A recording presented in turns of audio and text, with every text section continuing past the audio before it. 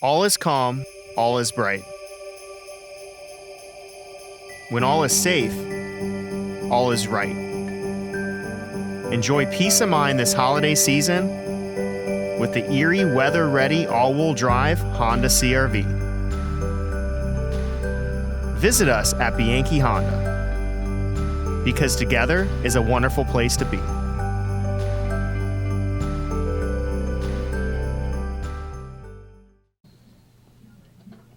Welcome back. It is a Monday edition of the Sports Blitz, which means the Gannon Lady Knights Coaches Show. He is the head coach, Cleve Wright. Welcome back, sir.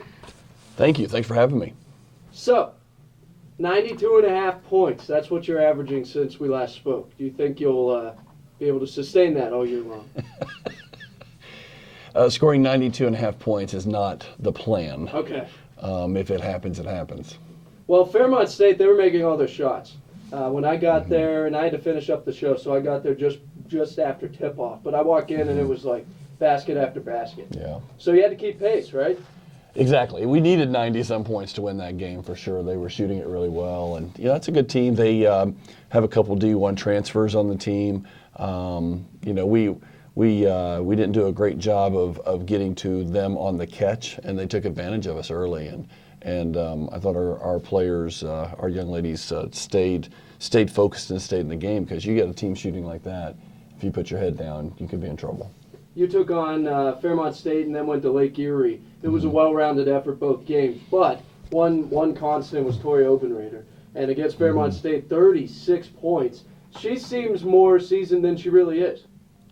Well, I think we're going to be a team that looks to get it to our post players, and Tori's a great option to have. She's strong in there and finishes well, has really good footwork, can step out and shoot the three too. So she's got a lot of weapons, and so I was happy that she was able to contribute in such a. I'll be honest with you, I didn't know she had that many points. I just looked at okay, good. As a coach, I could never tell you. I could give you a guess. It probably wouldn't be a very good guess. I'm not a math type to keeping track of that. I'm very much a big picture team person. How we playing together? What do we needed to do? Those kind of things. And so I was like, oh, that's a pretty good game. Got it. So some coaches, I think they select a number of shots that they want players to take and stuff like that. I get the sense you're not that type. No, just take a good shot. So when Tori, you find out, okay, she's hot, we should probably get her the ball. That's just a feel thing within the course of a game.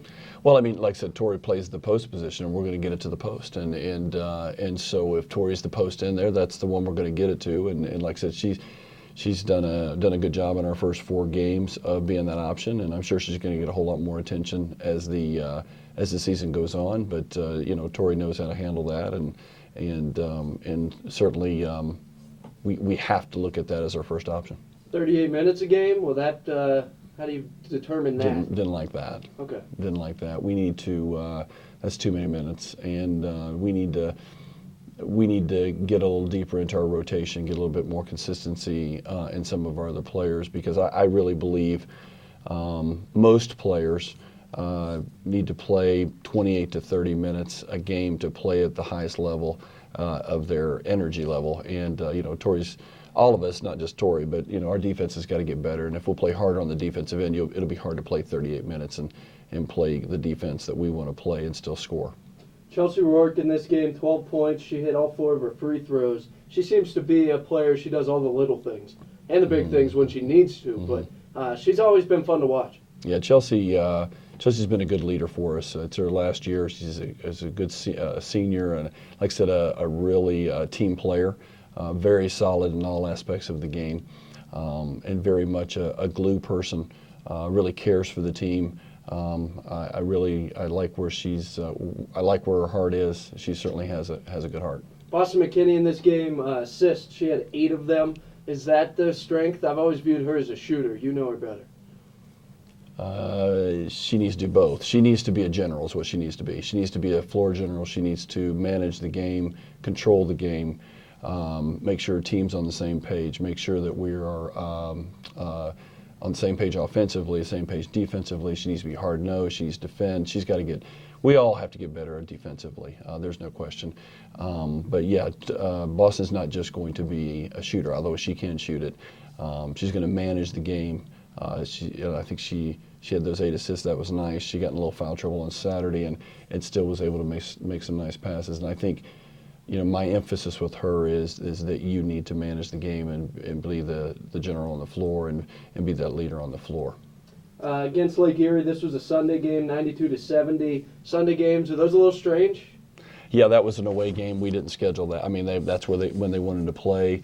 I really wanted to play a game on the weekend. If I didn't want to push it, wouldn't have minded pushing it Monday, Tuesday, but they wanted to do it on a Sunday, and so we did that. And Gannon traveled well. We probably had more fans there than they did, nice. And it was really appreciated the fan base that came out. It seems like till after these holiday breaks, every single year, you just can't get into that rhythm that you want. Right. Yeah, because you play on different days and things like that. And actually, it's a good test for us to, we actually, I believe, I'm not sure how many, but we had practiced several days coming up to that, and we're practicing today. So it's not, they hadn't had a day off in several days. So for them to come in and sustain and bring energy on Sunday was really good, and I'll be interested in wanting to see them give us a good effort tonight. We'll go a little short, but still give us a good effort and get a day off tomorrow. 92-70 was the final against Lake Erie. You were able to get 12 kids in the game, so that's a nice thing early on. Yeah, exactly. I mean, that was we started off really slow, and we've executed some things really well. We just haven't put the ball in the hole early in both of those last 2 games.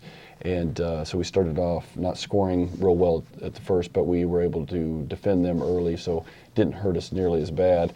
And then I felt like, we had some foul trouble. Boston got in foul trouble. Sydney got in foul trouble.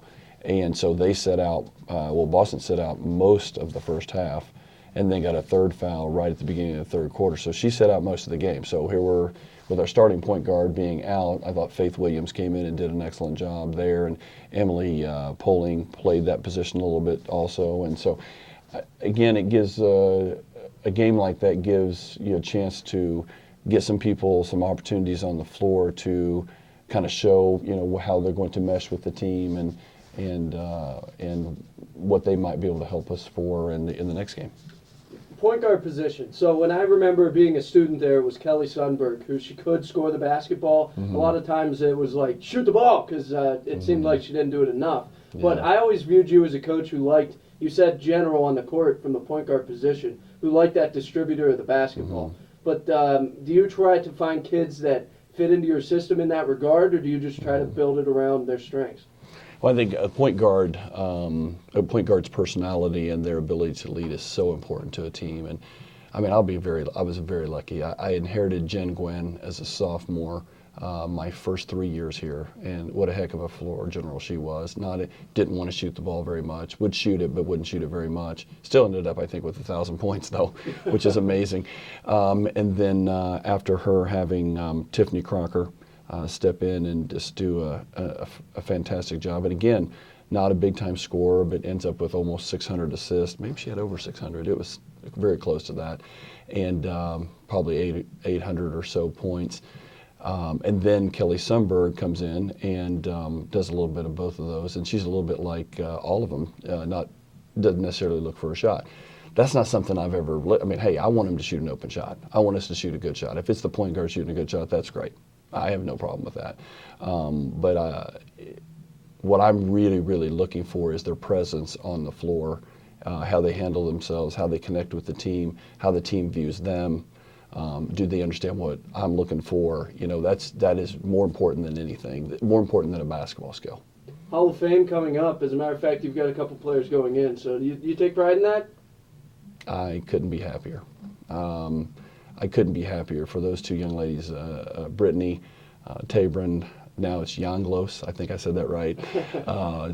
She's actually pregnant with her 2nd child. Oh, good. Brittany's just, I was the fortunate one that got to call both of them and let them know, and just the happiness and the tears. They were just so excited and so happy. They love this program, and to have that opportunity to be here while Brittany and Jen Papage are being inducted is just feels really special, and I want to enjoy it. And so happy for them. They were huge. They were so on the phone saying, "Oh, Coach, thank you, thank me." I go, "I didn't get a rebound. I didn't make a shot." I just their feelings for this program and what they put into it is one of the things that made them special. It's one of the reasons why their teammates truly love them. I think you'll see a huge turnout come out for both those young ladies in the Hall of Fame, and we'll probably have our alumni game that day also. So I would think there would be quite a few alumni around to see these two special people, special players, and not just special players, but special people go into the Hall of Fame. And I know you're close. You know Pappy pretty well. Yeah, So, yeah. I'm gonna have to get an interview out of him. yeah, you can imagine Pappy was beyond excited. So. Yeah. That's awesome stuff. TLC, is that your program, or am I mixing you up with another on campus? TLC, yeah. Is that a new thing for you? Team loyalty and commitment. TLC, obviously some people think of it as tender loving care. TLC, it was one of the things that Don Myers, who's one of the all-time winningest men's basketball coaches, all-time greats, that was something that he used, and actually we used the last several years I was here. We used TLC and putting the team first, being loyal to each other in our actions and our words, and then showing a great commitment. And our kids have really bought into that. I think the commitment that they've shown me in this preseason and the time that they're spending in the gym, not just shown me but shown each other, has just been something that I think has helped us to start in a positive way, and hoping that it's prepared us for this coming weekend and opening up the conference. Fantastic stuff. Talking with Cleve Wright, head coach of the Gannon Lady Knights. All right, that said, individual accolades. Did you hear? Open Raider Tavis swept the PSAC Weekly Awards for Gannon. So, good for them. Good. What do individual awards mean to Cleve Wright? Good for them. Love it. All right, this weekend you got some great teams coming to town to kick off the PSAC schedule. It's nice you don't have to go across the state. They get to come to you. So the scouting report, what do we have coming to town? Well, I haven't really watched that much. I mean, obviously Westchester and Millersville are coming to town. It's always a battle. Westchester's a very traditional program. Both of them have had success over the years.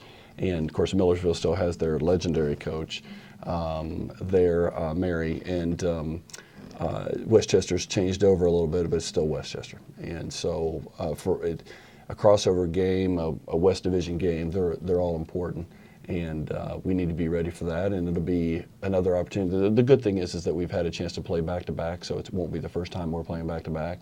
Since we went to North Carolina and did the same thing, so that'll be a positive. And we're playing at home. And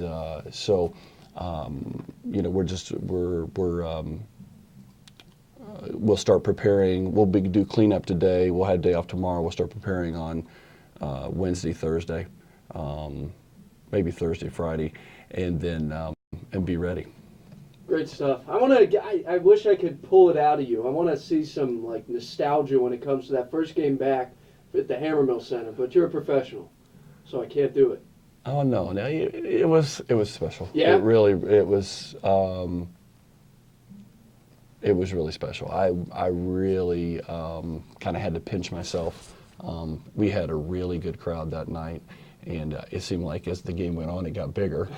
I don't know why. It seemed like it got bigger, and so I thought that was really neat for our players, and it was neat for me too. I mean, I love Gannon. I love the Hammermill. I love our fans. I love Erie. It was just so cool to have that opportunity to be back, and then to have the game that we had, which was a bit of a nail biter, and it was very competitive. So yeah, that was really nice. I was doing everything I could to not let it be a distraction for me, to want to be able to relish in that a little bit. Once you get started in the game, it's kind of probably a little bit like a player. You're nervous, you got nerves, you got this and that. Once the game starts, you're all into the game and you're focused on that. And so it hit me again once the game was over, and I was able to get back in the office. I was like, well, that was pretty cool. Awesome stuff. Yeah. He is Cleve Wright. He's the head coach of the Gannon Lady Knights. Coach, thanks for your time. Good luck this weekend. Hey, thanks for having me. We'll see you again.